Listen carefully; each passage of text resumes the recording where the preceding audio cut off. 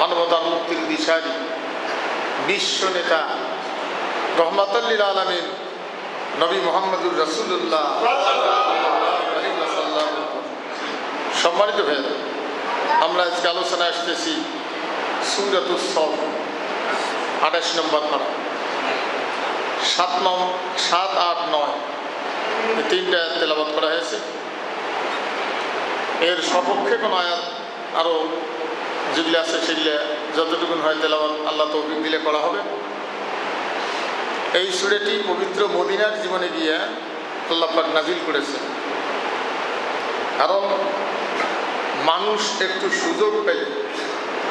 সুযোগ পেলেই মানুষ অনেক সময় নিজের স্বার্থের জন্য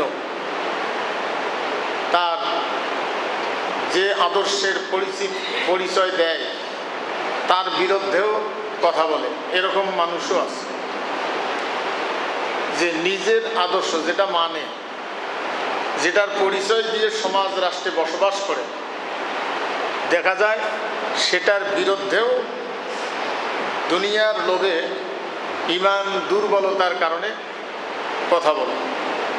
এটা মদিনার জীবনে গিয়ে আল্লাহ সতর্ক করে দিলেন, স্মরণ করা দিলেন।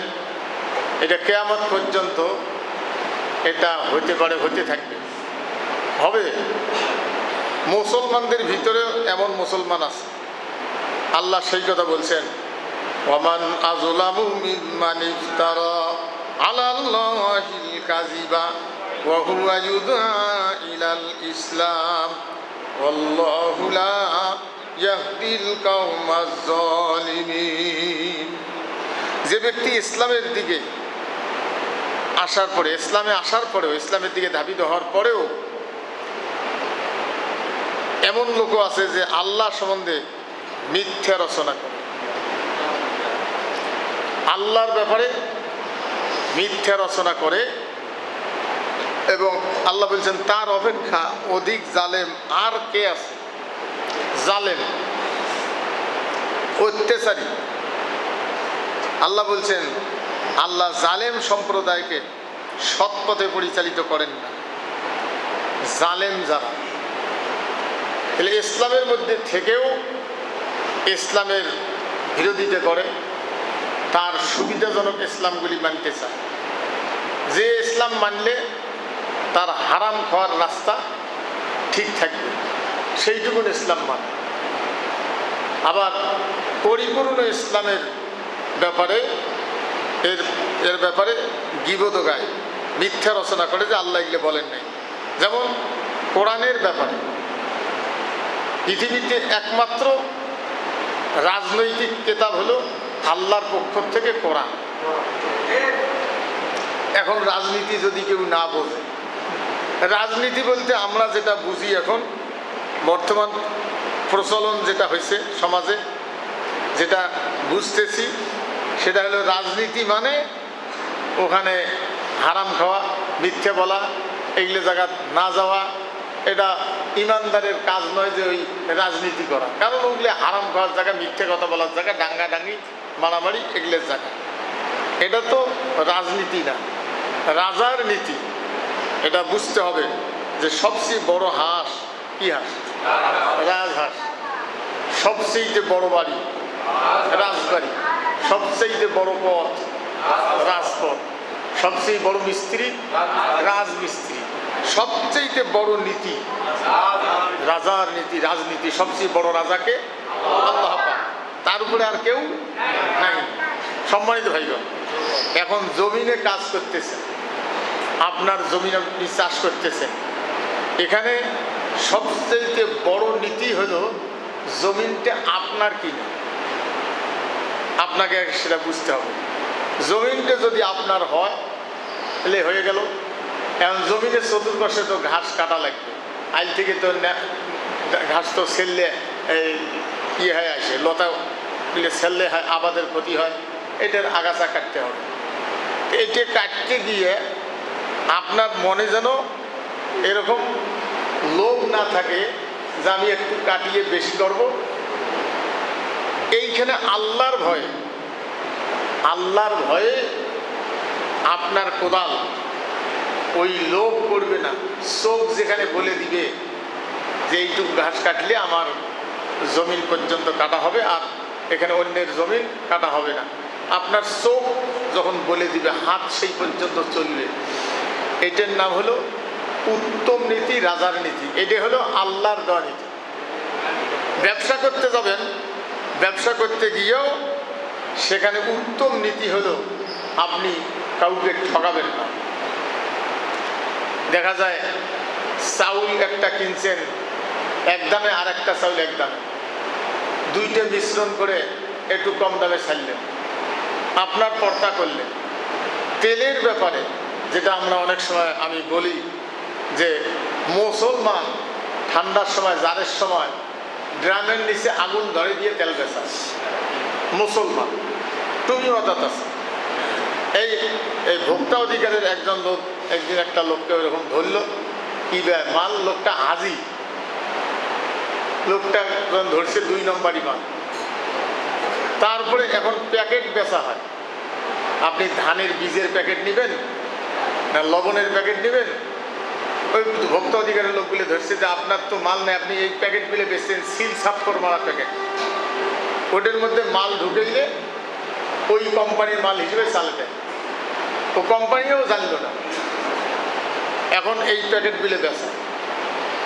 ধানের বীজ অরিজিনাল প্যাকেট লেখা শুদ্ধে নিয়ে যে ধান ছিটেইছে, ধানের 3 ভাগের 1 ভাগও গাজায় নেই। এখানে যে বুনেছে সে তো একজন কৃষক, তার এটা বুনের ব্যাপারে, এটা বীজ করার ব্যাপারে তার কোনো ত্রুটি ছিল না, যেটুকুন রসের দরকার মাটির, এইভাবে করে। তাহলে ব্যবসা করতে গিয়েও উত্তম নীতি হলো যে আমি জনগণের কোনো ক্ষতিকারক কোনো জিনিস বিক্রি করব না, কাউকে ঠকাবো না। এটা হলো উত্তম নীতি, এটা হলো রাজার নীতি, এটা হলো আল্লাহর নীতি।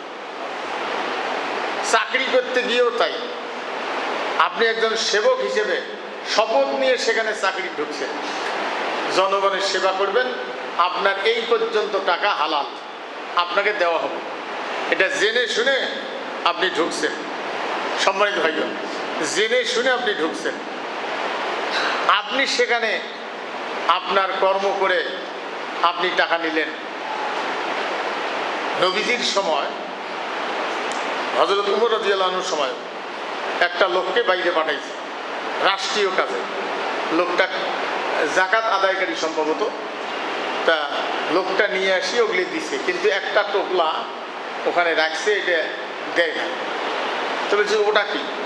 বলে আমি ওখানে গিয়ে কাজ ভালো করছি, এই জন্য আমাকে এলাকার লোক খুশি, হ্যাঁ খুশি, এলাকার লোক খুশি, হ্যাঁ আমাকে এটা তারা হাদিয়ে দিছে। রাসূল সাল্লাল্লাহু আলাইহি সাল্লাম বলছেন যে না তোমাকে, বা ওই উমর রাদিয়াল্লাহু আনহু বলছেন যে না, তোমাকে যাওয়া আসার ব্যয়ভার বহন করেছে, যেটা জনগণ দিছে এটাও রাষ্ট্রের, নিয়ে রাখছে।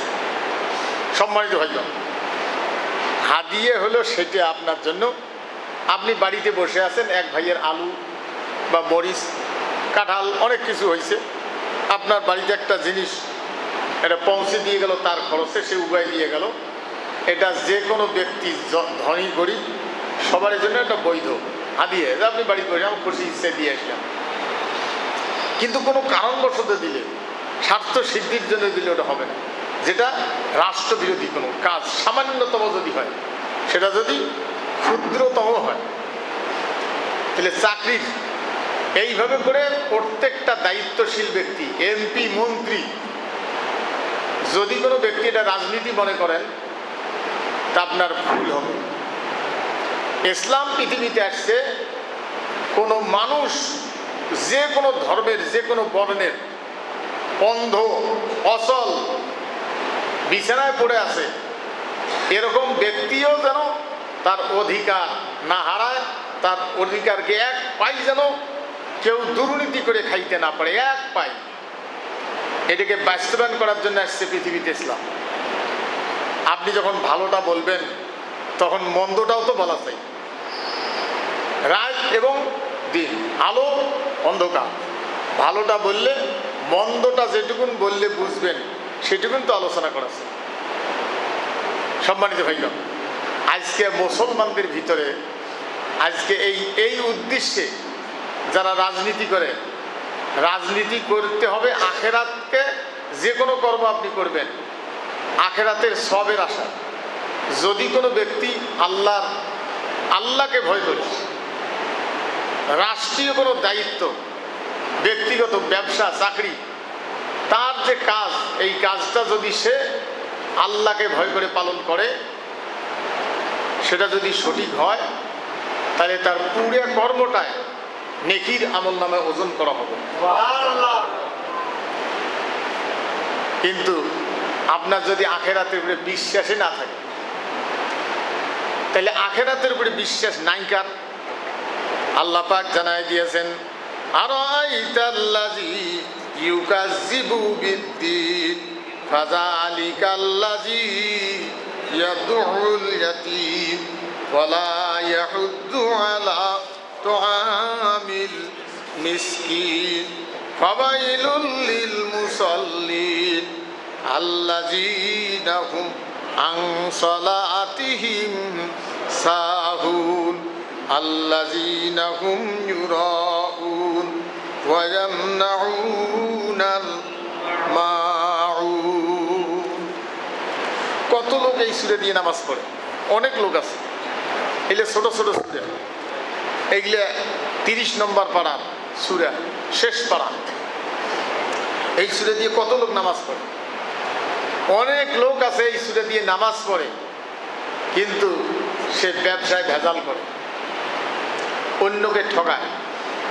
যে কায়দায় আপনি ঠকান না কেন, যারা কাস্টমার তারা তো আপনার কাছে মুখাপেক্ষী, ইতিমের কাছাকাছি, ইতিম নয় কিন্তু ইতিমের কাছাকাছি। কারণ আপনি মালটা নিয়ে আসছেন, তার প্রয়োজন, সে পয়সা দিয়ে কিনতেছে, যদিও সে ক্রেতা, কিন্তু সে তো আপনার কাছে মুখাপেক্ষী। ওইটা না হলে তো তার জীবন বাঁচবে না। আপনি নিয়ে আসছেন, চাউলের দরকার, ডাউলের দরকার, লবণের দরকার, তা যেটাই হোক, এইখানে যে কথাটি আসছে সেটা হলো, আর একটা কথা বলা হবে যে দিন শব্দের অর্থ একটা হলো জীবন ব্যবস্থা, আর একটা হলো আখেরাতের দিন।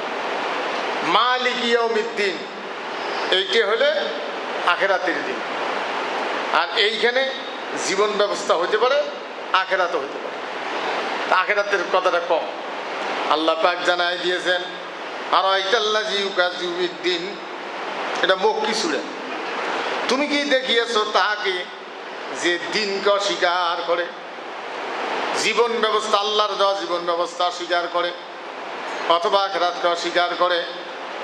আল্লাহ পাক জানাই দিয়েছেন, ফাযালিকাল্লাযী ইয়াদউল ইয়াতীম, তার 1 নম্বর পরিচয় হলো ইতিমের মাল খায়, ইতিমকে গলা ধাক্কা দেয়। এতিমের সম্পদ তার কাছে আছে, অন্যের সম্পদ। আজকে কত বড় অসহায় মানুষ!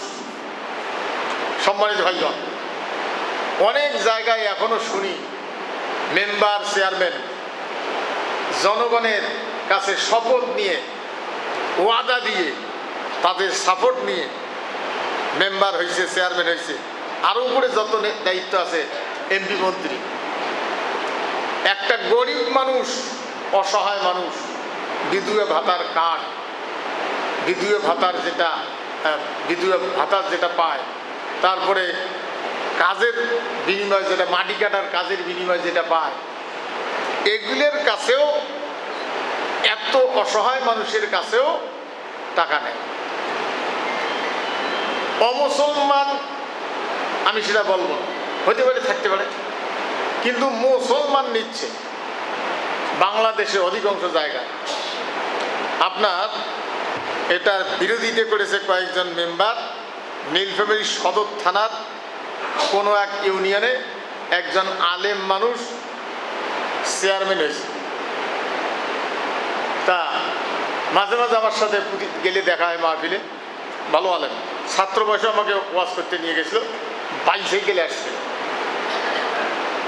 এখন কয় যে স্কুলে বা মাদ্রাসায় ক্লাস করার পরে আবার এই আসিয়ে সকালবেলা বাইরেছি একটু খেয়ে, সারাদিনটা একটা বিস্কুট খেয়ে কাটাইছি, মাহফিলে 10টার সময় লেকচার দিচ্ছি, বিকেল পর্যন্ত খাওয়ার টাইম পাইনি, একটা বিস্কুট খেয়ে আসি।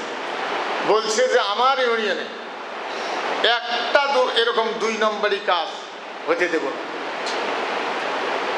তারপরে শুনছিলাম আর কি, শোনা কতটুকু ঠিক, কিছু মেম্বার টাকা খরচ করে মেম্বার হয়েছে, জমিন বন্ধক দিয়ে ঋণ নিয়ে না কিছু করিয়ে মেম্বার হয়েছে। আর মেম্বার হওয়ার পরে তো ওর টাকাটা উদ্ধার করা লাগবে, তো আর পারে না। সেই জন্য একবার ওরা বেশ কয়েকজন অবরোধ করছে, পক্ষেও ছিল চেয়ারম্যানের, হারাম খাবে না, কিন্তু ওদের তো বিশাল লস। ওদের জমিন এখন এনজিও ঋণ করিয়ে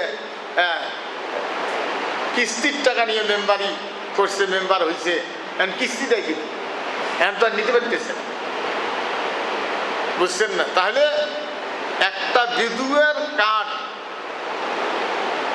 বিধুয়ে ভাতার অথবা বয়স্ক ভাতার একটা কার্ড নিতে গিয়েও যারা একটা বিধুয়ের কাছে, অসহায় মানুষের কাছে বয়স্ক ভাতার কার্ড দিতে গিয়ে টাকা নেয়, তারা কি আসলে মুসলমান? তারা অন্যের হক খায়, আখেরাতে বিশ্বাস আছে? তাহলে ইসলামের মধ্যে থাকিয়েও তারা এই কাজগুলি করতেছে, এরা হলো সবচাইতে বড় জালেম। আল্লাহ পাক জানায় দিয়েছেন, ফাযালিকাল্লাযী ইয়াদুল ইয়াতীম, সেই তো ইতিমের অভাব মানে বোঝে না, ইতিমকে গলা ধাক্কা দেয়, ইতিমকে তাড়ায়া দেয়, ইতিমের হক মারি খায়। তাহলে যতই নামাজ পড়েন, রোজা করেন, আপনার কাছে যতই টুপি দাড়ি রাখেন, পাগড়ি রাখেন, যদি একটা ইয়াবা ট্যাবলেট নিয়ে ঘোরেন, চান্স পেলে আপনি বেচাবেন একটা ট্যাবলেট। রাষ্ট্র বিরোধী কাজ কিনে এটা, কাজটা কি রাষ্ট্রবিরোধী নয়? পুলিশ পেলে ধরবেন না? হ্যাঁ, ইতিমের যদি একটু মাল পাওয়া যায়, আপনার পকেটে ইয়াবা আছে, চেক না করলেও ধরতেও পারবে না, পুলিশের সামনে দিয়ে যেতেন, ধরতে পারলেও না, কারণ তার তো গায়েব জানা নেই, সে তো তার নিজের পিঠের পিছনে কি হচ্ছে দেখে না মানুষ, কিন্তু আল্লাহর চোখে ফাঁকি দেওয়ার বুদ্ধি নাই। তাহলে আল্লাহ সেই কথা বলছেন, যার কাছে ইতিমের মাল আছে, বুঝতে হবে সেই লোকটা ইতিমকে যারা গলা ধাক্কা দেয়, ওর হক আদায় না করিয়ে ওর কাছে আরো টাকা খায়, ওকে ওর উপরে জুলুম চালায়, আল্লাহ পাক বলছেন এটা হলো তার 1 নম্বর পরিচয়, যে সে আখেরাতকে বিশ্বাস করেন। এই জীবন ব্যবস্থা যদি দুনিয়ায় ধরেন, এই ইসলামেও বিশ্বাসী নয়, আখেরাতেও বিশ্বাসী নয়। এই সূরাটা দিয়া কত অবৈধ ব্যবসায়ী নামাজও পড়ে, অবৈধ রোজগারকারী নামাজ পড়ে, মিথ্যা সাক্ষ্য দেওয়া ব্যক্তিও নামাজ পড়ে। সম্মানিত ভাইগণ, খালি নামাজ পড়লেই তো হবে না, এই নামাজের কথাটি এর পরে আছে। আল্লাহ পাক জানায় দিয়েছেন তাদের আরেকটা পরিচয় হলো ওয়ালা ইয়াহুদ্দু আলা তুআমিল মিসকিন, সে অভাবগ্রস্তকে খাদ্য দেয় না, উৎসাহ দেয় না। অভাবগ্রস্ত মানুষ তার কাছে আশ্রয় পায় না, গলা ধাক্কা দেয়, ইতিমের মাল খায়, মিসকিনের পর্যন্ত মাল খায়, মিসকিন পর্যন্ত তাদের কাছে অসহায়। তার কাছে গিয়ে, যে গাছের কাছে গিয়ে মানুষ কঠিন গরমে ঠান্ডা হবে, সেই গাছের কাছে গিয়ে যদি বসার সমস্যা হয়, পিঁপড়ে দিয়ে ভর্তি থাকে, ওখানে বসার পরিবেশে থাকে না, তাহলে ওই ছায়ার দামটা কি? হ্যাঁ, যার কাছে নিজের অধিকার সংরক্ষণ করবে, একজন বিধবা মানুষের অধিকার সংরক্ষণ করবে, এই শপথ নিয়েছে একজন মেম্বার, একজন চেয়ারম্যান, একজন পার্লামেন্টের সদস্য, এই শপথ নিয়েছে একজন কর্মচারী, ছোট থেকে বড় কর্মচারী, সচিবালয় পর্যন্ত। শেষ চাকরি যেটা বাংলাদেশে, শপথ নিয়েছে, তার কাছে যদি একজন মানুষের বিচারক, যে ব্যক্তির কাছে মানুষ যায় ন্যায় বিচার পাওয়ার জন্য, আদালতের কাছে, বিচারকের কাছে, সেটা ফৌজদারি কোর্ট হোক, জজ কোর্ট হোক, সুপ্রিম কোর্ট হোক, হাইকোর্ট হোক, সুপ্রিম কোর্ট হোক, যেটাই হোক, একজন বিচারকের কাছে যদি জনগণ নিরাপদ নয়, তাহলে তার আখিরাতের বিশ্বাস আছে? হ্যাঁ, আল্লাহ রাব্বুল আলামিন জানাই দিয়েছেন, ওয়ালা ইয়াহুদ্দু আলা তুআমিল মিসকিন। আরো একটা হলো যে আপনার কেউ মারা গেছে, 3 দিনের মিলাদ, এই দিন ঠিক করবে পেছনে, আপনি এক গরিব দুঃখী অসহায় মানুষকে, আপনার বাবা বা আত্মীয় স্বজনের জন্য যারা চলে গেছে, তাদের রুহের মাগফিরাতের জন্য আপনি এটা করবেন, কোনো দিন নির্ধারিত নয়, করবেন গরিব মানুষের জন্য যারা খাইতে পারে না। কারণ সেখানে দেখা যায় 1,24,000 গুটি এই বড় বাক্স ধরিয়েছি, একটা আমের মিশি, জামের মিশি, জালের কাঠি যা আছে ওগুলো নিয়ে আসিয়ে কলেমা পড়িয়ে ধনাঢ্য ব্যক্তিরা ওর ভিতরে খাই। গরিব মানুষের বাচ্চারা গায়ে জামা নেই, সেরা প্যান্ট, ভুখানাঙ্গা, বাইরে বসে আছে, দাঁড়িয়ে আছে, এরা খাওয়ার পরে ওরা খাবে। কারণ কুত্তে শিয়াল খাওয়ার পরে শগুনত্তি দাঁড়িয়ে আছে, তারপরে ওরা আসে। অবস্থাটা এরকমই দেখা যায়। তাই বলে মানুষকে আমি ওটা বলতেছি কোনো পশুর সাথে তা না, বিষয়টা এইরকম। ধনাঢ্য ব্যক্তিরা কিসের কলেমা, কিসের কি, এইলে তোমার পদ্ধতি কে দিছে? কোনো ব্যক্তির জন্য আপনি দোয়া করতে পারেন, কিন্তু আগে হকদার। এখন ধনী ব্যক্তিরা বাড়ি বাড়ি ঘড়ি দেখে অফিস যাওয়া লাগবে, টাইম নেই, তাড়াতাড়ি মুনাজাত করেন, 6:30, 7টার সময় মুনাজাত করিয়ে ওরা খাওয়া দাওয়া করিয়ে একেবারে যতদূর খাওয়া যায়, সকালবেলা এমনিতে ট্যাঙ্কি থেকে হাল মানে ফাঁকা, একে বস্তা লোড করিয়ে চলে গেলেন। গরিবের বাচ্চারা বাইরে বসে আছে, ওদের জন্য কুমড়ের ঘর ঘড়িও মেলে না। যেটা দিছে হাসিরে হুসিরে দেখে একটা গোছের কোষও নাই, কিন্তু কুমড়ের সঙ্গী দেখে গোছের ঘেরান পাওয়া যায়। আহা, মিসকিনের হক আপনি খাইলেন, এটা তো ছিল মিসকিনের হক। এটা তো আজকের ওই অবস্থা। আমাদেরকে ডাকে, এখন না জেলেও পারি না, বলার পরেও যদি কেউ না বোঝে সেটা তো আর হয় না। তাহলে ওয়ালা ইয়াহুদ্দু আলা তুআমিল মিসকিন, অভাবগ্রস্তকে খাওয়ায় না, খাওয়ার ব্যাপারে উৎসাহ দেয় না, ওদের হক সুদ দেয়, কেড়ে খায়। আখিরাতের ভয় নাই তার অন্তরে। আল্লাহ রাব্বুল আলামিন জানায় দিয়েছেন, ফাওয়াইলুল লিল মুসাল্লিন, দুর্ভোগ সেই নামাজ আদায়কারীদের জন্য। দুর্ভোগ, আল্লাহ বলছেন দুর্ভোগ সেই নামাজ আদায়কারীর জন্য। আল্লাহ পাক জানায় দিয়েছেন, ফাওয়াইলুল লিল মুসাল্লিন, সেই নামাজ আদায়কারীর জন্য দুর্ভোগ। আল্লাযীনা হুম আন সালাতিহিম সাহুন, যারা নামাজের ব্যাপারে উদাসীন। নামাজের ব্যাপারে উদাসীন। আপনি নামাজ পড়লেন, প্রথমেই তো আপনি আল্লাহু আকবার বললেন, সবচেয়ে বড় কে? আল্লাহ। তারপরে সুবহানা আল্লাহুম্মা, সুবহানাকা আল্লাহুম্মা বিহামদিকা, এটা পড়লেন। আউযুবিল্লাহ পড়লেন, বিসমিল্লাহ পড়লেন, আলহামদুলিল্লাহি রাব্বিল আলামিন পড়লেন, রবের কথা পড়লেন, আর রহমানির রহিম, মালিক ইয়াউমিদ্দিন, বিচার দিনের মালিক তুমি, রবের কথা বললেন। হাঁটুয়ে হাত দিয়ে আল্লাহু আকবার। নামাজে আবার রুকু দিয়ে সুবহান রাব্বিয়াল আযীম, আবার সামি আল্লাহু লিমান হামিদা, আল্লাহু আকবার। বারবার সেখানে উঠতে বসতে আল্লাহু আকবার, আপনি যার কথার কাছে আল্লাহু আকবার বলে নত শির হয়ে সেজদা দিলেন, সেই রব কড়াভাবে নিষেধ করেছে কোনো মানুষের হক নষ্ট করা যাবে না। সেখানে যদি আপনি সেই কাজটা করেন, তাহলে আপনি তার সাথে গাদ্দারি করলেন, আল্লাহর সাথে ধোঁকাবাজি করলেন। এই জন্য আল্লাহ বলছেন, ওই সমস্ত নামাজিদের জন্য ধ্বংস, যারা নিজের নামাজ পড়ার পরে সেই নামাজ অনুযায়ী চলল না, ওদের জন্য ধ্বংস।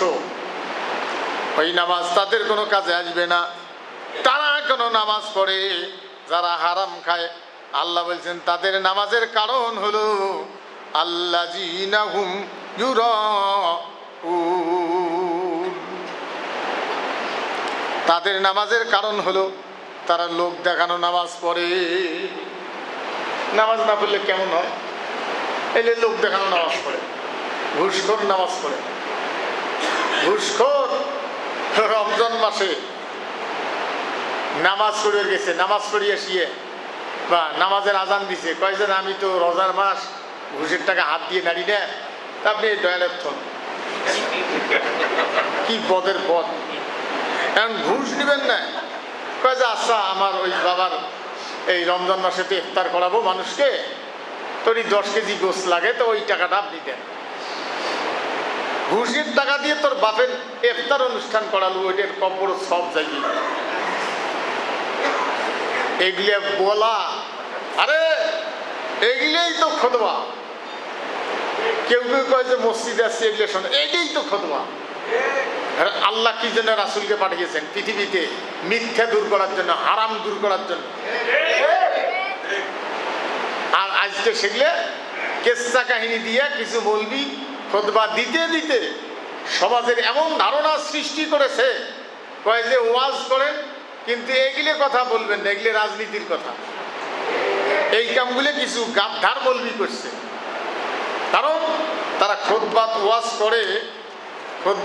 করে যেগুলো কোরআনেও নাই, হাদিসেও নাই। ইসলাম বৈরাগ্য জীবন পছন্দ করে না।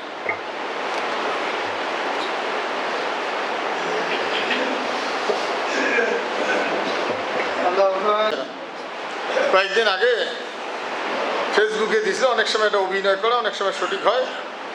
তো একটা লোক আফসোস করতেছে যে আমি দূরে থাকি আর আমার এলাকায় একটা গরুর খাবার দিছি, একটা লোক রাখছি, তো 1-2 বছর পরে লোক দিয়ে মানে গরু কিনে দিয়ে সব সেট করে দিয়ে গেছে। ওর কাছে গরুর খাবারের টাকা দেয়, ওর বেতন বাড়ে দেয়, সব দেয়।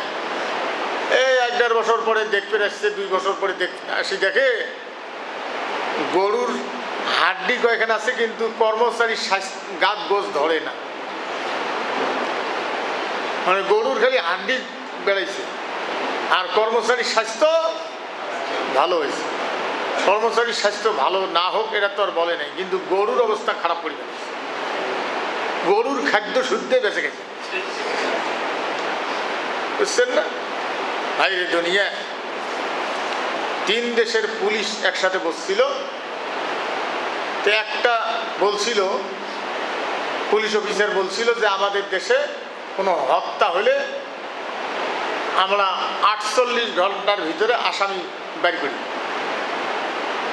আরেকটা বলছে যে এতক্ষণ লাগে, আমরা 24 ঘন্টার মধ্যে আসামি বের করে ফেলে। আমাদের শক্তিশালী সংস্থা। আরেক দেশের পুলিশ বলছে যে আপনারা 24 ঘন্টায় আসামি বের করেন, আর হত্যা হওয়ার আগে আমরা জানি। ওরা আমি করব না, এটা হত্যা হওয়ার আগেই এরা জানে। ওরে বাপরে বাপ, অবস্থাটা কি? এগুলি কি মুসলমানদের চরিত্র? তাহলে ইসলাম খেদাও আন্দোলন করতেছে বর্তমান বেশিরভাগ মুসলমান। ইসলাম চাই না, ইসলাম তারাও। কিসের ইসলাম? তাহলে মুসলমান এত সোজা? আরে দুনিয়া। সম্মানিত ভাইগণ, আল্লাহ পাক জানাই দিয়েছেন তারা যে নামাজ পড়ে, এরা মানুষ দেখানো নামাজ পড়ে। ওয়ায়ামনাউনাল মাউ, তারা প্রয়োজনীয় আসবাব মানে কাজের জিনিসগুলোও, গৃহস্থলী যেগুলো কাজ, এগুলোও ছোটোখাটো জিনিস দিয়ে মানুষের উপকার করতে চায় না, এটা তীব্রতা থাকে। কিন্তু সমাজের একটা সমস্যা আছে, আপনার একটা ক্ষমতা নিয়ে গেছে, একজন কাজ করবেন, নিয়ে আসি দিবে না, দায়িত্ব না, এখন ওর বাড়িতে দেয় না, 10 দিন ওইয়ের বাড়ি থুইছে, নিয়ে যাওয়ার সময় নিয়ে গেছে, এখন দিয়ে যাওয়ার সময় নাই, ওর বাড়ির থেকে আরেকজন নিয়ে গেছে, ওর বাড়িতে আরেকজন নিয়ে গেছে, ইয়ে যখন ক্ষমতা খান, আরে খুঁজতে ওর বাড়ি দিয়েছে, ওটা যাতে আরেকজনকার বাড়ি দিয়েছে, শেষে 4 বাড়ি না 5 বাড়ি খুঁজতে খুঁজতে পাওয়া গেছে। আর তোর কাজ শেষে যে তুই দিয়ে যাবো, এটা আর একটা সমস্যা আছে। যাই হোক, এটার ব্যাপারে আমি ফয়সালা দিয়ে পাওয়ার নেই, এটা বোঝেন, এটা আমারও অভিজ্ঞতায় আমি বললাম। তাহলে আলোচনায় ছিলাম যে আল্লাহ বিরোধী যারা, মানুষের হক যারা নষ্ট করে, এরা নামাজও পড়ে। এরা যে নামাজ পড়ে, এরা লোক দেখানো নামাজ পড়ে, মানুষ দেখানো নামাজ পড়ে এরা। এই জন্য আল্লাহ রাব্বুল আলামিন জানায় দিয়েছেন, ইসলামে থাকিয়াও যারা ইসলামের বদনাম গায়, ইসলামের যারা বদনাম গায়, আল্লাহ পাক বলছেন যে তার চাইতে কে বড় মিথ্যাবাদী। মুসলমান পরিচয় দিয়েও যারা কোরআনী আদর্শের বিরুদ্ধে কথা বলে, এই লোকটা হলো জালেম। আল্লাহ বলছেন ওই লোকগুলো কি জালেম, যে তার চাইতে কে মিথ্যাবাদী হইতে পারে, কে বড় জালেম, ওই লোকটা হলো সবচেয়ে বড় জালেম। আজকে মুসলমান পরিচয় দিয়ে বুঝি ইসলামের বিরুদ্ধে কথা বলে না, বলে না, হ্যাঁ, সমাজে আরো বেশি। সম্মানিত ভাইগণ, আল্লাহ পাক জানায় দিয়েছেন, ওয়াল্লাহু লা ইয়াহদিল কাওমাজ জালিমিন। এরা পৃথিবীতে আল্লাহ এদেরকে সৎপথে পরিচালিত করবেন না। তার কারণ, সৎপথে পরিচালিত করা মানে এদের শান্তি থাকবে না, এদের নিরাপত্তা হারাবে, এদের খাদ্যের অভাব হবে, এদের আরামের জীবনটা নষ্ট হয়ে যাবে, রাস্তা পথে ভয় শুরু হয়ে যাবে।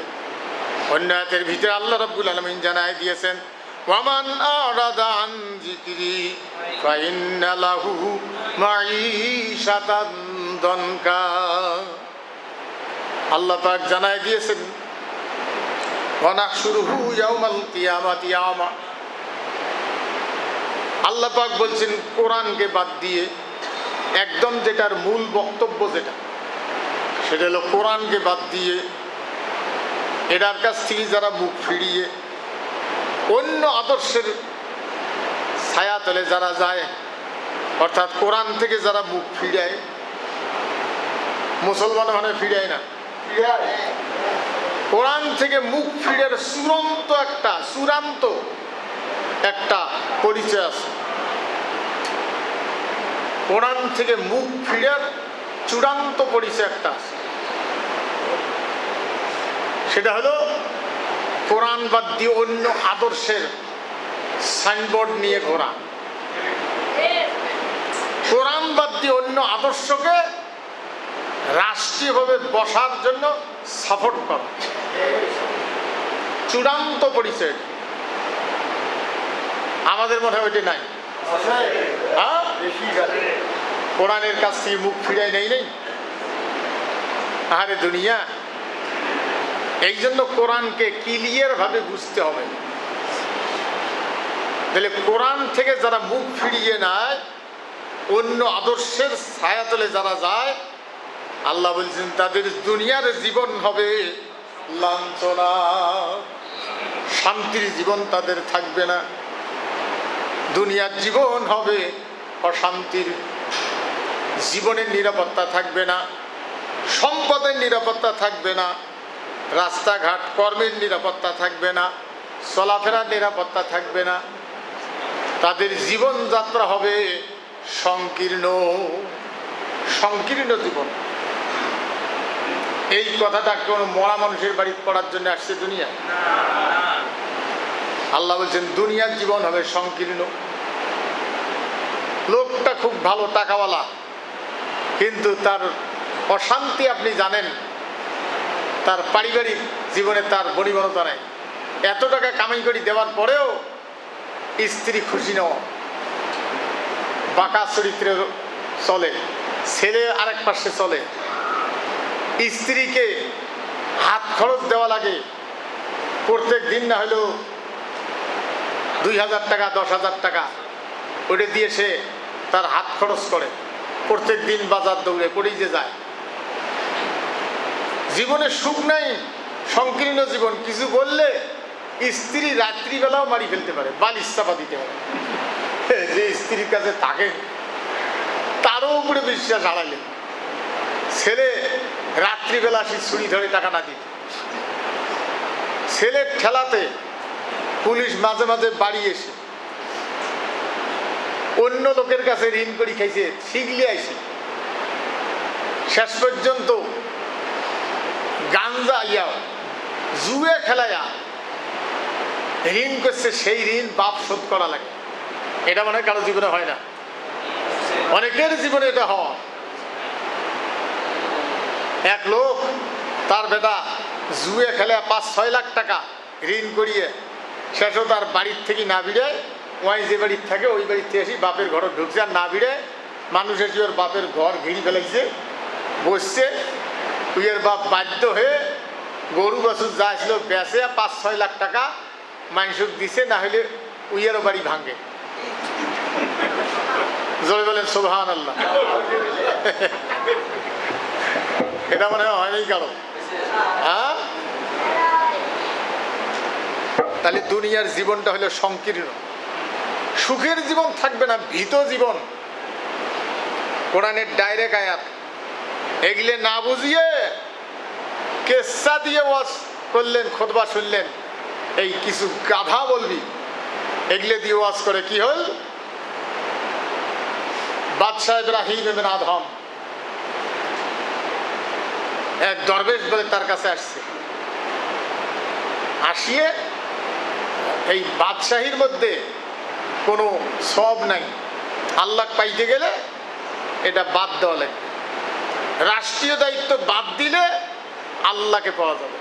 বাদশাহ ইব্রাহিম ইবনে আদহাম, আমাদেরকে আল্লাহ তৈরি করার, সৃষ্টি করার আগে, মানে তৈরি করার আগে ফেরেশতাদের সাথে আল্লাহ আলোচনা করেছেন।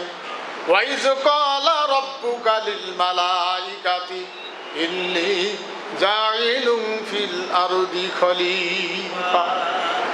ও ফেরেশতারা, জমিনে খলিফা পাঠাইতে যাচ্ছি, যারা খেলাফতের দায়িত্ব পালন করবে, মানে যারা এমপি হবে, মন্ত্রী হবে, প্রেসিডেন্ট হবে, মেম্বার হবে, চেয়ারম্যান হবে, সমাজের নেতৃত্ব দিবে, সমাজের মানুষকে নিরাপদে বসবাস করার ব্যবস্থা করে দিবে, এরকম প্রতিনিধি পাঠাচ্ছি আমি। ফেরেশতারা ব্যাপারে একটু আপত্তি করছিল, যাও ওদিকে আমি যাব না। তা আলোচনায় ছিলাম যে আল্লাহ আমাদেরকে রাষ্ট্রীয় দায়িত্ব পালন করার জন্য দুনিয়া পাঠিয়ে দিয়েছেন। যারা বলেন যে কোরআনের আলোচনা করলে বা খুতবা দিতে গিয়ে দলীয় আলোচনা, আরে এটাই তো এক কথায় দলীয় কথা। আরেকটু পরে সূরা সফের মধ্যেই পাবেন খেলাফতের দায়িত্ব এটা কি জিনিস, এটা কেন যাইতে হবে। কিয়ামতের আদালতে শেষ প্রশ্ন যেটা হবে, 5টি প্রশ্নের শেষ নম্বর প্রশ্ন করা হবে, তোমাকে মেম্বারি করার মতো জ্ঞান আমি আল্লাহ দিয়েছি, চেয়ারম্যান করার মতো জ্ঞান দিয়েছি, যোগ্যতা দিয়েছি, তোমার ধন সম্পদ দিয়েছি, ধন সম্পদ না থাকলেও দায়িত্ব পালন করার যোগ্যতা, হিসাব করার মতো যোগ্যতা আমি আল্লাহ তোমাকে দিয়েছি, কেন তুমি মেম্বারির দাঁড়াও নাই? ওইখানে না দাঁড়ার কারণে চরিত্রহীন ব্যক্তি যা ওই স্থান দখল করেছে, কেন তুমি এ কাজ করো নাই? তাহলে প্রত্যেকটা ব্যক্তির শেষ প্রশ্ন করা হবে জ্ঞানের উপরে, অভিজ্ঞতার উপর, যে তোমাকে অভিজ্ঞতা দিয়েছে, কেন তুমি সেখানে বসিয়ে মানুষের হককে ঠিক রাখো নাই? সেখানে তুমি যাওয়াকে ঘৃণা মনে করেছো, প্রয়োজন মনে করো নাই, আর আমি তো প্রয়োজন ওইটার জন্যই জমিনে পাঠাইছি, তোমাকে তো ওই জন্যই পাঠাইছি যে জমিনে যা মেম্বার হবা, চেয়ারম্যান হবা, মানুষের হক প্রতিষ্ঠিত রাখবা। আর সেটা তুমি সেখানে জঞ্জাল মনে করছো, গোনাহের কাজ মনে করেছো। তাহলে আমার পাঠানোর উদ্দেশ্যটাই তোমার কাছে গোনাহের মনে হয়েছিল। তুমি সেখানে যাও নাই, না যাওয়ার কারণে চরিত্রহীন ব্যক্তি সেখানে যা চেয়ার দখল করেছে, তোমার না যাওয়ার কারণে। কেন তুমি যাও নাই? এখন যদি কোনো ব্যক্তি হেরে যায়, হইতে পারল না, সারা জীবন দাঁড়াইছে, একবারও মেম্বার হওয়ার পায় নাই, চেয়ারম্যান হওয়ার পায় নাই, আল্লাহ রাব্বুল আলামিন জানায় দিয়েছেন ফালইউকাতিল ফি সাবিলিল্লাহিল্লাযিনা ইয়াশরুনাল হায়াতাদ দুনিয়া বিল আখিরা ওয়া মান ইউকাতিল ফি সাবিলিল্লাহি ফায়ুকতাল আও ইয়াগলিব ফাসাওফা নুতিহি আজরান আযীমা। আল্লাহ রাব্বুল আলামিন জানায় দিয়েছেন, যারা দুনিয়াকে আখিরাতের বিনিময়ে যারা বিক্রি করে দিয়েছে, দুনিয়া যারা তুচ্ছ জ্ঞান করেছে, আখিরাতকে ঠিক রাখার জন্য দুনিয়ার জীবন যারা বিক্রি করে দিয়েছে, আল্লাহ রাব্বুল আলামিন জানায় দিয়েছেন তারা লড়াইয়ের ময়দানে থাকুক। লড়াইয়ের ময়দান, ভোটটাও তো লড়াইয়ের ময়দান। হ্যাঁ, আল্লাহ পাক জানায় দিয়েছেন তারা লড়াইয়ের ময়দানে থাক। তারা হারলেও পুরস্কার, জিতলেও পুরস্কার। তারা যদি হারে তাও পুরস্কার। 3টে ভোট পাইছি, হারি গেছি, তাও পুরস্কার। আর যদি জেতে, এটা মেম্বার চেয়ারম্যানের ব্যাপারে মনে হয় বলে নাই। হ্যাঁ, কথা বলেন। এমপির ব্যাপারে মনে হয় বলে নাই, মন্ত্রী, প্রেসিডেন্ট, প্রত্যেকটা ব্যাপারে বলছে। তাহলে আজকে যারা ইসলামী দলকে গাইলে, আর এটা প্রথম তো একটা দলে শুরু করছে, তাদেরকে নানা ধরনের গালিগালাজ করে, অনেক মুসলমান তাদের সাপোর্ট দেয় নাই, তারা হয় নাই। দেখা গেছে 300 ভোট পাইছে, একটা এমপি দাঁড়াইছে, 300 ভোট পাইছে। এই 300টা লোক আল্লাহর আইন চাইছে, আর 10,000 আল্লাহর আইন চাই নাই। ওই 300 লোক আর ওই প্রার্থী আল্লাহ পাকের কাছে আল্লাহর বিধান চাইছে, এই কারণে আল্লাহর কাছে একটা তারা পুরস্কার পাবে। সম্মানিত ভাইগণ, যে আদর্শ প্রতিষ্ঠিত করার জন্য আল্লাহ তার রাসূলগণকে, নবী রাসূলগণকে পাঠিয়ে দিয়েছেন, রাসূল সাল্লাল্লাহু আলাইহি সাল্লামকে পাঠিয়ে দিয়েছেন। এটা ছিল নবীদের কাজ, নবীদের দায়িত্ব। এটা আল্লাহ রসুল এই কাজগুলি করার কারণে, কথাগুলি বলার কারণে মক্কায় থাকতে পারেন নাই। মক্কায় যাদের কারণে থাকতে পারেন নাই তারা ছিল দিনমজুর। যাদের কারণে মক্কায় থাকতে হয়েছে, মক্কা থাকতেছে, তারা ছিল কামলা কিচেন, হ্যাঁ, রাষ্ট্রশক্তি। তাদের হারামখোর রাস্তা বন্ধ হয়ে যায়, মুহাম্মদের বিরুদ্ধে বদনাম গায়, থাকতে দিবে না। নবীজি হিজরত করলেন, মক্কা থেকে মদিনায় চলে গেলেন। সে সময়ও হজের টাইমে মানুষ জমত। 6টা রাস্তা, কয়টা রাস্তা দিয়ে ঢোকা যায় এরকম, সেই সময় এখন আরো বেশি কম হইতে পারে। প্রত্যেকটা রাস্তায় আবু জেহেল লোক দাঁড় করিয়ে রাখছে, তোমরা যে আসছো তোমরা তোমাদের কাম সারি চলে যাবা। সেই সময় যেটা কাবা ঘরকে সম্মান করিয়ে মুক্তির যেটা ওদের সেরেকি কায়দা যেটা ছিল, লোক আসতো, বলছিল যে এক মোহাম্মদ নামের একটা পাগল আছে, ওই পাগলের সাথে দেখা করিও না। এরা কয় কি যে রাষ্ট্রীয়ভাবে কেমন নিষেধ করে, পাগলার সাথে দেখা করা যান না, এটা কেমন? বলে যত কষ্ট হোক কায়দা করি দেখি যাব। হ্যাঁ, ওদের কর্ম শেষ হওয়ার পরে খুব কায়দা করে গিয়ে দেখে, হাই রে এটা কেমনে পাগল কয়। আরো কাছাকাছি গিয়ে তার কাছে দাওয়াত শুনি চলে যায়, বাড়িতে গিয়ে আলোচনা করে। আবার পরের বছর, 1 বছর পরে আবার আসি ওখানকার আলোচনায় তারা মুসলমান হয়। এরপরে শেষ পর্যন্ত মক্কায় তার উপরে যে অত্যাচার চলছে এটা তারা বুঝিয়ে রাসূলকে বলছেন যে আপনি কি আমাদের এলাকায় যাবেন, আপনি কি যাবেন। আল্লাহর রসুলকে তারা দাওয়াত দিল। চাচা আবু তালেব একজন রাজনীতিবিদ। সম্মানিত ভাইগণ, আবু তালেব ইসলাম ভালোবাসছে, ইসলামের ক্ষতি করুক, রসুলের ক্ষতি করুক এটা আবু তালেব চায় নাই। ইসলাম ভালোবাসছে, কিন্তু ইসলামের রাজনীতির সিল গায়ে লাগাইতে রাজি ছিল না। কথাটা বুঝছেন তো? ইসলাম ভালোবাসছে কিন্তু অন্য আদর্শের রাজনীতি, আবু জেহেলদের সাথে রাজনীতি করত, কিন্তু ইসলামের আদর্শের পক্ষে রাজনীতির সিল গায়ে লাগাইতে রাজি ছিল না। শেষ পর্যন্ত চাচা মৃত্যুর সময় পর্যন্ত, যেহেতু রসুল ছিলেন, যে চাচা কানে কানে শুধু বলেন লা ইলাহা ইল্লাল্লাহ, কানে কানে বলেন, বলছে যে ভাতিজা আমার দ্বারা তোর কোনো ক্ষতি হয়নি, উপকার হয়েছে, আমি সে চেষ্টা করেছি, কিন্তু দল চেঞ্জ করলে মানুষ কি করবে, যে মরবে রাখ দিয়ে দল চেঞ্জ করি মরি গেছে। এরকম আবু তালেব মনে হয় বাংলাদেশত নাই। সেই আবু তালেবদের কথা হলো আমরা ইসলামী মূল্যবোধের সরকার, বলে আমরা ইসলামী মূল্যবোধের রাজনীতি করি, ইসলামী মূল্যবোধের রাজনীতি করি। আমি এত মুখের কাছে আনি তাও হয় না, তাই এখন এগুলো নিয়ে আর কথা কওয়ার টাইম নেই। মাইক থাক আর না থাক সেটা ওই মুয়াজ্জিন বুঝুক আর ওই মসজিদের কর্তৃপক্ষ বুঝুক, ওগুলো নিয়ে কথা বলা যায় আমার আরও বিরুদ্ধে বেকায়দা হয়।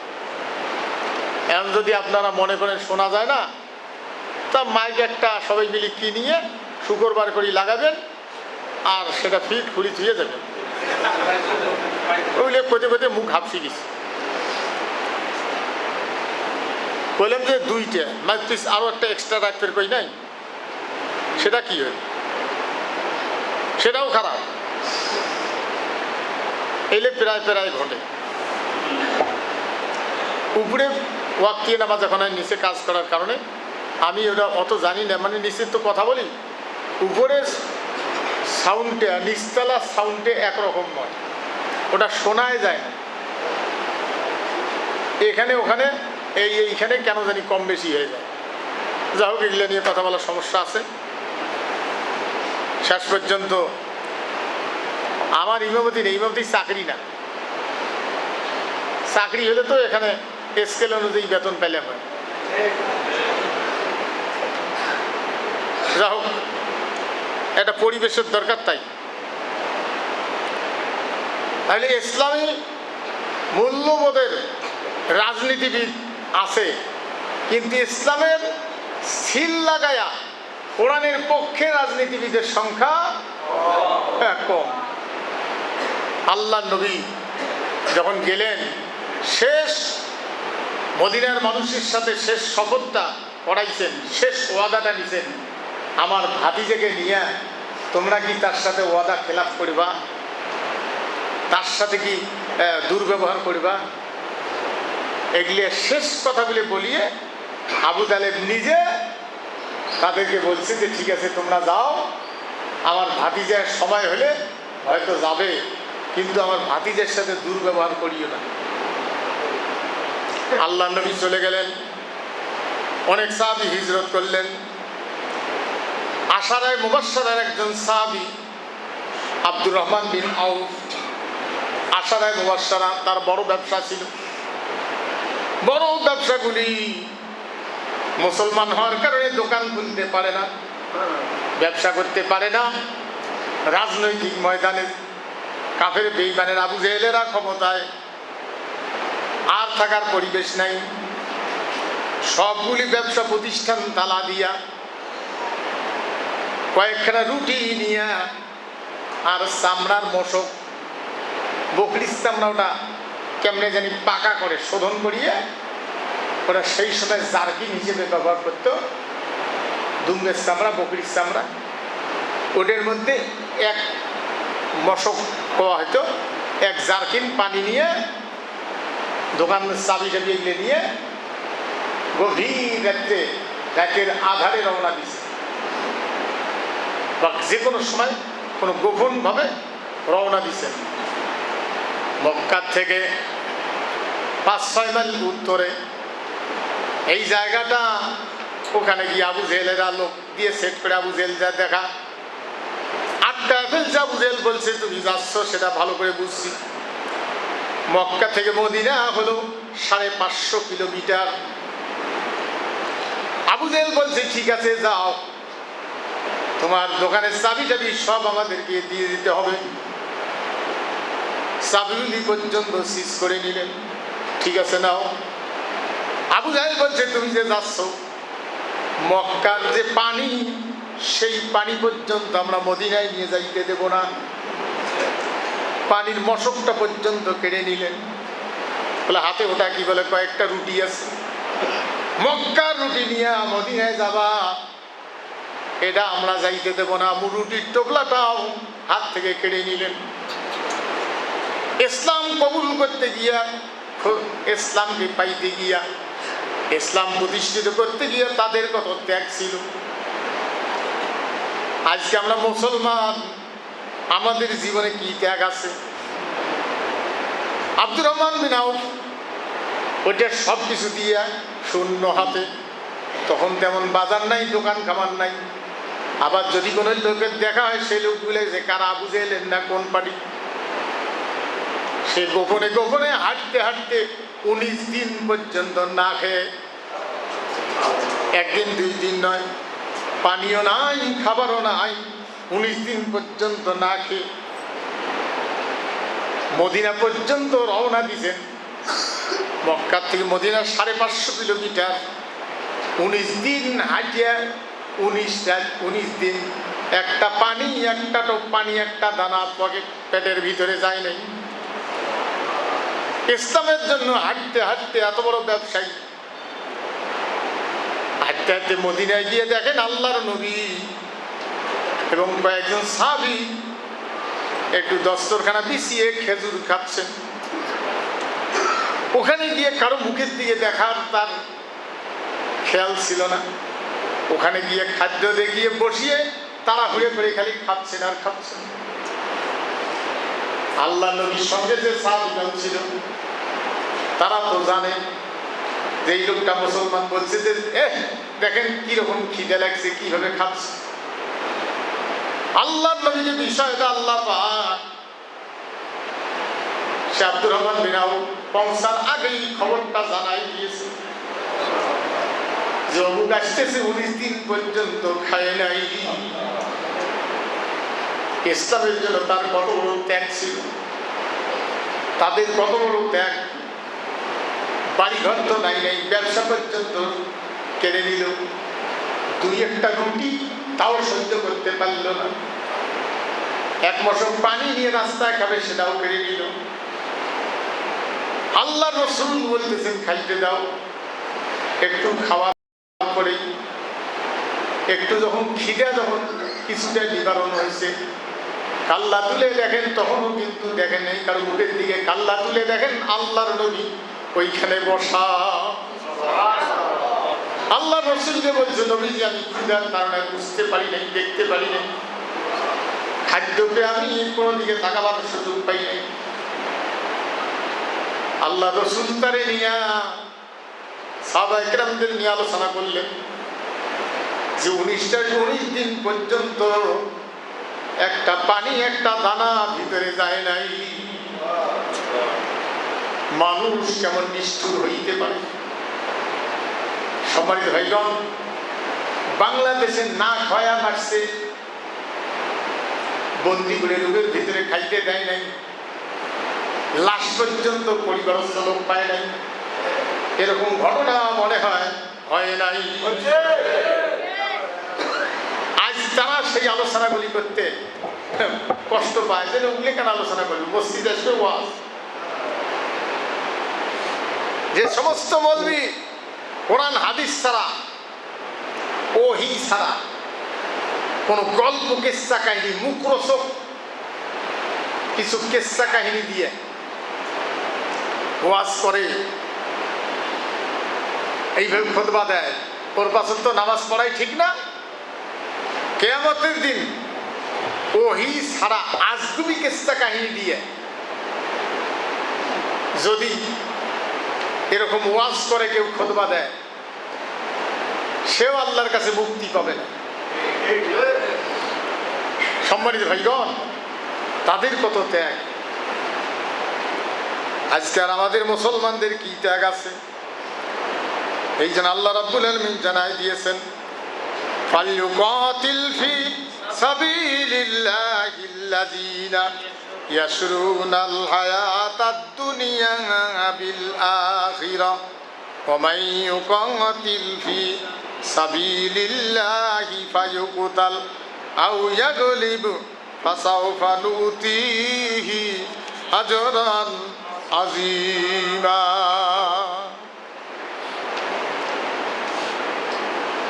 দুনিয়ার বিনিময়ে যারা আখিরাতকে ঠিক রাখছে, তাই বলে খাওয়া দাওয়া বাদ দিছে এরকম নয়, আখিরাতকে ঠিক রাখছে। আরে রাসূল দেখাই দিয়ে গেছেন, একজন মেম্বার, চেয়ারম্যান, একজন এমপি, একজন নেতা, জনপ্রতিনিধি কিভাবে দায়িত্ব পালন করবে রাসূল দেখাই দিয়ে গেছেন, প্র্যাকটিক্যাল করে দেখাই দিয়ে গেছেন। আল্লাহ নবী ফজরের নামাজ পড়ার পরে ঘুরি বসলেন, একটা লোক অনেকগুলো সদকার মাল নিয়ে আসছে, যে নবীজি এগুলো সদকার মাল, অনেক মাল। আল্লাহ রসুল তা গ্রহণ করলেন।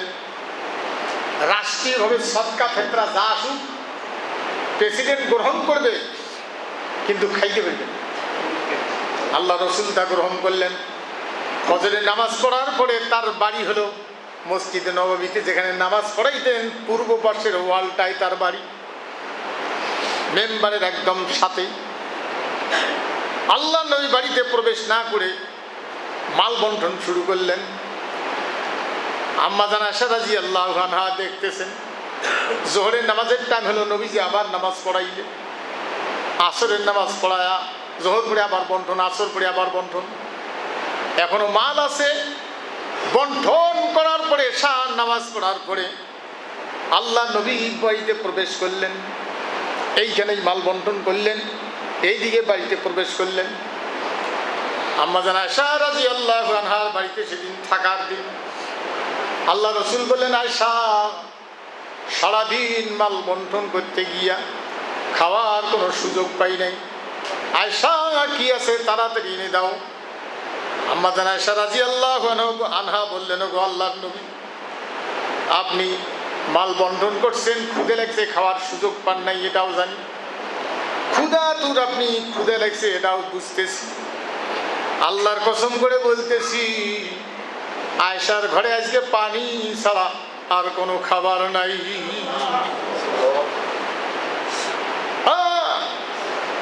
মেম্বার হওয়ার জন্য লেগে যাও, জনসেবা করার সুযোগ দিন।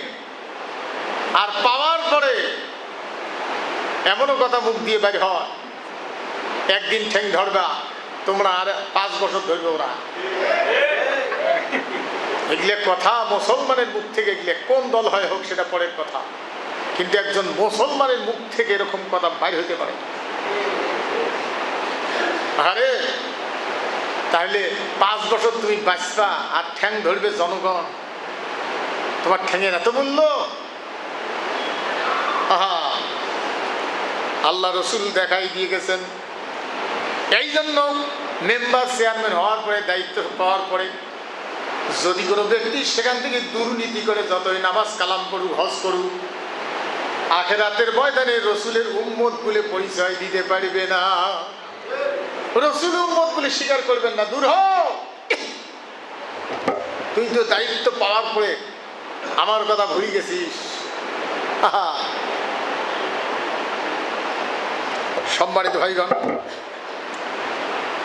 লাইলি মজনুর এটা তো আমরা আগে শুনছি, ছোটবেলায় ওয়াজ শুনছি, জীবনে দাড়ি না কাটলে কিয়ামতের দিন বলে বেহেশত বলে লাইলি মজনুর বিয়েও খোয়াইবে আল্লাহ। এই ওয়াজটা আমিও শুনছি, তখন বুঝি নাই, তখনও দাড়ি কাটি নাই যে যার বিয়েটা তো খাবো। পরে পড়াশোনা যেটুকু করছি করি দেখিতে দা একজন লেখক লেখছে, সম্ভবত পারস্যের কোনো লেখক, লিখতে গিয়ে একজন মানুষের ভালোবাসা আন্তরিকতা কত মানে এটা ফুটি তুলছে আর কি। ভালোবাসা নোংরা তো এখন, ভালোবাসা তো নোংরা। শেষ মজনুর জন্য লাইলি পাগলা মজনু বাড়ি ছাড়া হয়ে গেল, বাড়ি থাকতে দেন, ধন সম্পদ হারা হয়ে গেল। শেষ লাইলি লাইলি কর। আরেকদিন দেখে এক লোক ওই লাইলি লেখে আর মোসে, তো মজনু পেছে এটা কোন কাণ্ড রে, লাইলি লেগিস আর মোসি ধুলের উপরে। বলে তুমি তো জানো না, আমি লাইলি না দেখলেও লেখলে আর মুসলে লাইলির স্বাদটা অন্তরে পাই। কি ভালোবাসা! আহা, এরকম করেই লাইলি খাদ্য পাঠে দেয়। আর দেখছো নেতি চ্যাংড়া, ফাও খাওয়া চ্যাংড়া আছে না, ফাও খাওয়া চ্যাংড়া আছে না, আমাদের মুসলমানদের ভিতরে কিন্তু নাই। অন্যের টাকা জবরদস্তি করে খাওয়ার চ্যাংড়া আমার মুসলমানদের ভিতরে নাই। এরকম সুনেতি চ্যাংড়া, ফাও খাওয়া চ্যাংড়া গুলো কিরে, ওরাও লাইলি লাইলি শুরু করছে। আসল মজদুর কাছে যাওয়ার আগে ওর খাদ্যের বাড়ি দিয়ে যায়, আসল মজদুর খাবারে পায়। এমন করতে করতে দেখে মেলা মজদুর একদিন খাদ্য ঘুরি ধরি গেছে। লাইলি যে কাছে মেলা মজনু, কাক খাদ্য দেই, তা লাইলি ওগুলো রাখি একটা পেয়ালা পাড়ে দিছে আর চাকু, যে বলবো আপনি কে, বলে মজনু, তুমি কে মজনু? হ্যাঁ। তোমার লাইলি এক পেলা রক্ত চাইছে। যেই ও কইছে ওই ঝাঁপে উঠি ধুলে ঝাড়ে আর আমি না। আরেকটা দ্বিতীয়টাও পালাইছে। আসল মজনু কয় যে দেও পেয়ালা, দেও চাকু, কোন জায়গার রক্ত চাইছে খালি ক। সম্মানিত হইল, টুপিওয়ালা দাড়িওয়ালা লোক বহু পাওয়া যায়, হাজি পাওয়া যায়। ইসলাম বিরোধী কাজ কারবার চলছে, তাদের মোকাবিলা করা, রক্ত দেওয়া, জীবন দেওয়া, আল্লাহর আইন প্রতিষ্ঠিত করার পক্ষে রক্ত দেওয়া, জীবন দেওয়া, এরকম মুসলমান কম পাওয়া যায়। এটা সহজ না। সম্মানিত ভাইগণ, বাড়ি করছে অন্যের জমিনত, কেস লাগিয়ে দিয়ে সেই বাড়ি দখল করছে, সেই জায়গা যারা কেস করছে তারা হকদার, ওরা কেস খেলেয়া পায় না, কেসের টাকা, হাজিরের টাকা পর্যন্ত জোগাড় করে পায় না, কামলা দিয়ে খায়। আর ওই জায়গায় বাড়ি করছে হাজি প্রভাবশালী টাকাওয়ালা, অনেকের হজও করি এসে উমরাও করবে যায়। জোরে বলুন সুবহানাল্লাহ। আহারে দুনিয়া, হারলেও পুরস্কার, জিতলেও পুরস্কার। তাহলে যারা হাসছে এতদিন, তাদের মনে হয় পুরস্কার নাই। হ্যাঁ, এই জন্য আল্লাহ পাক জানাই দিয়েছেন, ওয়ামান আযলামু মিম্মান ইফতারা আলাল্লাহিল কাযিবা ওয়া হুয়া ইউদআ ইলাল ইসলাম ওয়াল্লাহু লা ইয়াহদিল কওমাজ জালিমিন। ইসলামে থাকার পরেও যারা মিথ্যা কথাবার্তা বলে ইসলাম সম্পর্কে, মিথ্যা রচনা যারা করে, আল্লাহ তার চাইতে কে বড় জালেম হইতে পারে? ওদেরকে আল্লাহ সৎ পথ দেখাবেন না। এই জন্য কোরআন ছাড়া যারা অন্য আদর্শ চায়, এদের দুনিয়ার জীবন হবে সংকীর্ণ। ওয়ানাহশুরুহু ইয়াওমাল কিয়ামাতি আমা, কিয়ামতের দিন অন্ধ অবস্থায় উঠতে হবে, আল্লাহ উঠাবেন, চোখে দেখবে না। কোরআন বিরোধীরা অন্ধ অবস্থায় উঠবে, চোখে দেখবে না। আল্লাহ বলছেন সেটা শোনার জন্য আসছেন, আমি সেই কথাটা বললাম। দোষ ত্রুটি তো এখন আমাদের আছে। গানটা দেখো। সম্মানিত ভাইগণ, কথাটা ভালো করে বুঝেন। কোরআনকে সংবিধান না বানায়া আর কারো আদর্শকে সংবিধান বানায়া যারা দুনিয়ায় চলতে চায় তাদের জীবন হবে সংকীর্ণ। এই একটার মূল কথা হলো এটি। আর আখেরাতের ময়দানে এই লোকগুলো অন্ধ অবস্থায় উঠবে, চোখে দেখবে। কারণ কোরআন বাদ দিয়ে অন্য আদর্শকে সাপোর্ট দেওয়া, তাকে বসা, এটা কত বড় আল্লাহ বিরোধী। সেই জন্য এই লোকগুলি মরি যাওয়ার পরে, কোরআন বিরোধীরা মরি যাওয়ার পরে এদের রুহের মাগফিরাতের জন্য দোয়া করা যাবে না। এই কথা আল্লাহ আলোচনা করছে 10 পারায়। কোরআন শরীফের সূরা হলো, কোরআনুল কারীমের সূরা হলো 114টা, 113টার পূর্বে বিসমিল্লাহ। আর ওই বদমাইশদের কথা আলোচনা করতে গিয়া একটা সূরার সামনে আল্লাহ রাগের ঠেলায় বিসমিল্লাহ দেয় না। কোন সূরা? সূরা তাওবা। মুনাফিকেরা নামাজ পড়ে নাই, আব্দুল্লাহ ইবনে উবাই নামাজ পড়ে নাই। কার পিছনে? ইমামুল মুরসালিন, খাতামান নবিয়্যিন, রাহমাতাল লিল আলামিন। ইমামদের ইমাম, নবীদের সর্দার, খাতামান নবিয়্যিন, তার পিছনে নামাজ পড়ছে। আর সেই লোকটা ইসলামী সব আইন পছন্দ করে না। সেই জন্য কাফের বেঈমানদের বিরুদ্ধে যুদ্ধে যাওয়াও পছন্দ করে, সরে আসে। এই কথাগুলি আলোচনা করতে গিয়ে ধর্মের ব্যবসায়ী যারা টুপি পাঞ্জাবি পরিয়ে, যারা তসবিহ তাহলিল নিয়ে বসে থাকে, রাষ্ট্র কার আইনে চলে চলুক, এরকম বদমাইশ টাইপের যারা ধর্ম ব্যবসায়ী, যারা ইলেকশন আসলে টুপি মাথার দেয়, আতর তসবিহ, বুঝছেন না, ঘুষ নাই, হায়রে দুনিয়া।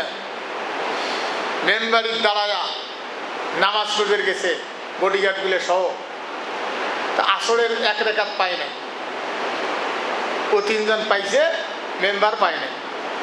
ওই তো জীবনে নামাজ পড়ে না, ওইও সালাম ফিরিয়েছে। সাথের লোকগুলো কানে কানে কয় যে তোমরা যে 1 রাকাত পান নাই, খাড়া হন। বলে ও না, ঠিক আছে ঠিক আছে, খাড়া হই, তাহলে হাত বাঁধো। পাশের লোকটা কানে কানে পেলা সাপড়ো, কইলে এলা সাপড়ো, সাপড়িয়ে কান নাগে দিয়ে বিরোধী বলে এলা খাড়া হন। বলে এলা তুই 2টে সেজ দাও, এরকম যেমন করি যেমন করি দাও। এই হলো মেম্বারের নামাজ। আর তাই ইলেকশনের তুমি টুই মাথার দিছে। কি বদের বদ এগুলো রে। হ্যাঁ, এই সমস্ত বদমাশদের কথা আলোচনা করতে গিয়া রাগের ঠেলে আল্লাহ একটা সূরা বিসমিল্লাহ দেয়। ইসলামী আইন যারা চায় না, এরা মুনাফিক। এই জন্য এদের মুনাফিকদের জানাজা করা রাসূলকে আল্লাহ নিষেধ করে দিয়েছেন। আপনি জানাজায় যাবেন না। ওই লোকটা, যে লোকটা মুনাফিকের সর্দার, মুনাফিক মারা যাওয়ার পরে রাসূল বলছেন আমি যাব। জিবরাইল আলাইহিস সালামকে দিয়ে আল্লাহ কোরআনের আয়াত নাজিল করে আটক করে দিয়েছেন, যাওয়া যাবেন না। তার আগে ওমর বলছে আপনি ওখানে যাবেন। রাসূল কিছু না করে যাওয়ার চায়, যায়। জিবরাইল আলাইহিস সালাম এসে আটক করে দিয়েছেন, না যাওয়া যাবেন না, আল্লাহ নিষেধ করে দিয়েছে। সেই লোকটার মরণের কাফনটা কি ছিল তা জানেন? হ্যাঁ, রসুলের জামা, রসুলের পাঞ্জাবি। মরবে একদিকে কইছে যে আপনার একটা পাঞ্জাবি দিলেন, ওটা দিয়ে ওর কাফনের কাফন দিলে হয়। ওই জানে যে যে বদমাশি করি মন্নু মরিম, ফেরেশতা তো ছাড়বেন না।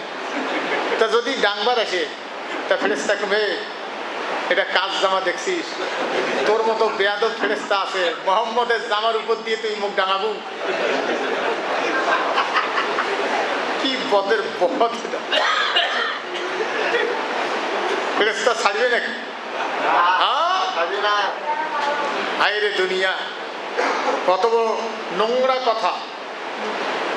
একটা মানুষ কবরে যাওয়ার পরে নবী রাসূল পর্যন্ত পৃথিবীর কোনো মানুষের সাথে আর কথা বলতে পারবে না। আর সেখানে দেখেন কেমন কথা, বাগদাদের মধ্যে মারা গেছে এক হুজুর,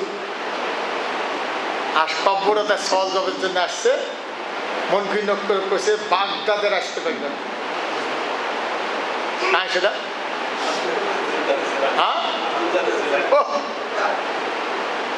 এই সমস্ত কথাবার্তা আজগুবি কিস্সা কাহিনী দিয়ে যারা ওয়াজ করে এদেরকে আল্লাহ ধর্মের ব্যবসায়ী বলছে।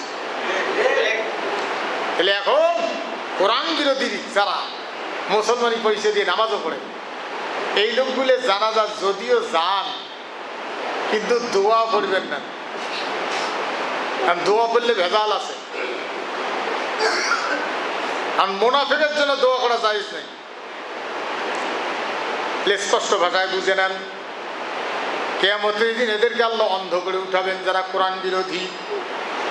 এরপরে আল্লাহ পাক সূরা সফের 8 নম্বর আয়াতে বলছেন, ইউরিদুনা লিইউতফিউ নূরাল্লাহি বিআফওয়াহিহিম ওয়াল্লাহু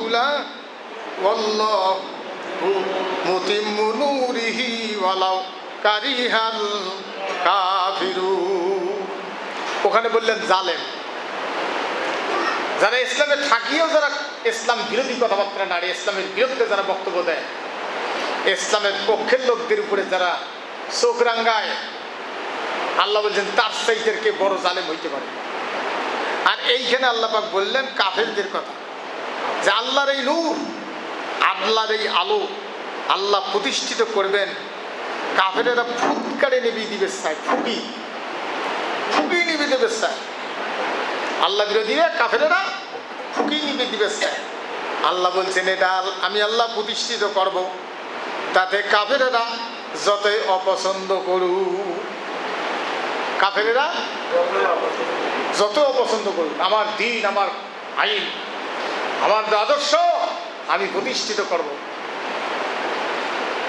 এটা কাফেরেরা যতই, প্রথম এই 7 নম্বর আয়াতে বলছে জালেমদের কথা, আর 8 নম্বর আয়াতে বললো কাফেরদের কথা, যে কাফেরেরা পছন্দ না করলেও আমারটা প্রতিষ্ঠিত করব।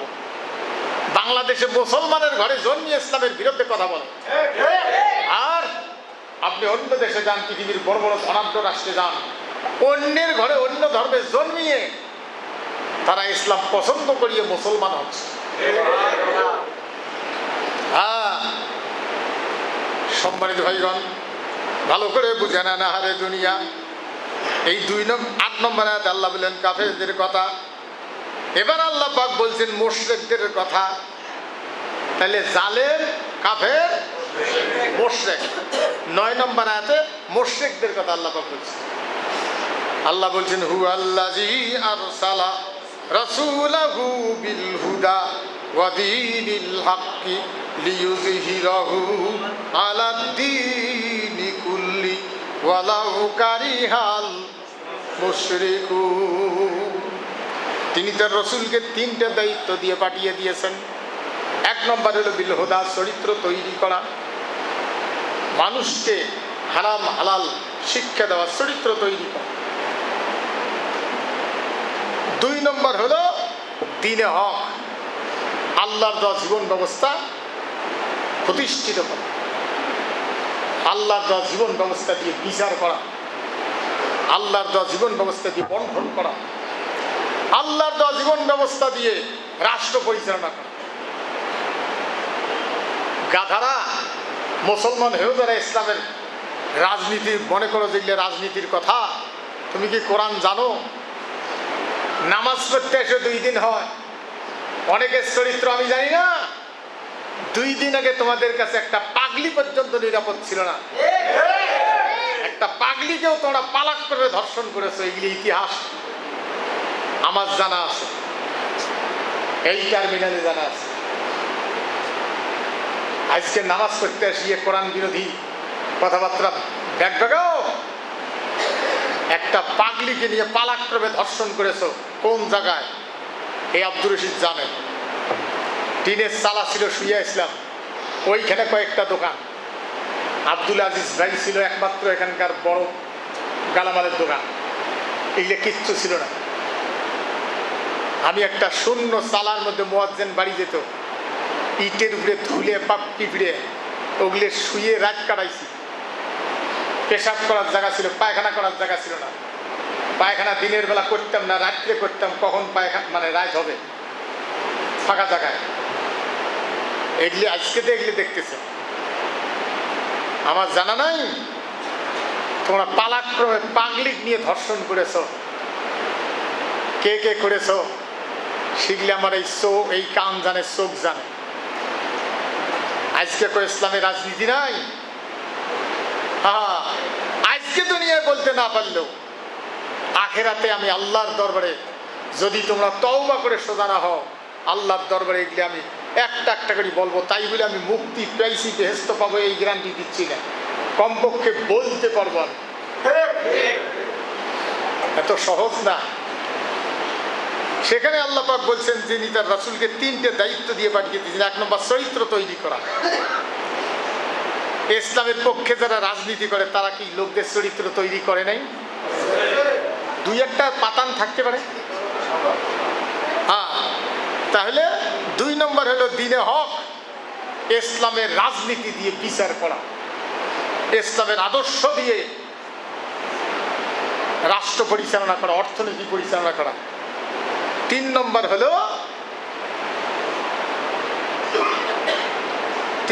হলো হুয়াল্লাযী আরসালা রাসূলাহু বিল হুদা ওয়া দীনিল হাক্কি লিইয়ুযহিরাহু আলা দ্বীনি কুল্লি। 3 নম্বর হলো সমস্ত দলকে, মানবরচিত দল যেগুলি আছে এগুলি কব্বত দেওয়া। এটা রাসূলের 3 নম্বর দায়িত্ব। কোরআন তার সাক্ষী। এটা হলো সূরা সফ 9 নম্বর আয়াত। কানা সমালোচনা করবার দিয়ে তাফসীর দেখিয়ে বাড়িতে গিয়ে। আমি আব্দুর রশিদের কথা বলছি না, আল্লাহর কথা বলছি। হ্যাঁ, এটা অপছন্দ করবে মুশরিক যারা। অপছন্দ করবে কারা? মুশরিকেরা যতই অপছন্দ করুক। এখন প্রথম বলছে জালেম, 7 নম্বর আয়াত। 8 নম্বর আয়াতে বলছে কাফের, 9 নম্বর আয়াতে মুশরিক। মুশরিক কারা? নামাজও পড়ে, কোরআনের আইনের বিরোধিতা করে। নামাজও পড়ে, মানুষের হক মারি খায়। নামাজও পড়ে, কোরআন বিরোধী আদর্শকে, কোরআনকে ঠেকায়া, কোরআনকে আউট করে দিয়ে, কোরআনকে লাঠি সোটা দিয়ে ভয় দেখায়া মানব রচিত আইন প্রতিষ্ঠিত করা। এটা হলো মুনাফিকদের চরিত্র। সেই জন্য আল্লাহ বলছেন মুনাফিকেরা যতই মুখ বাঁকা করুক, রসুল তার দায়িত্ব 3টে পালন করবেই। রসুল করেন নাই? আমরা রসুলের ওয়ারিস, আমরা রসুলের আদর্শের পক্ষে। না খেয়া মরবো, তবু কারো পকেটের পয়সা জোর করে বাইর করি খাবো? খাইতে দেব? আল্লাহ আমাদের বোঝার তৌফিক দান করুন। ওয়া আখিরু দাওয়ানা আলহামদুলিল্লাহি রাব্বিল আলামিন।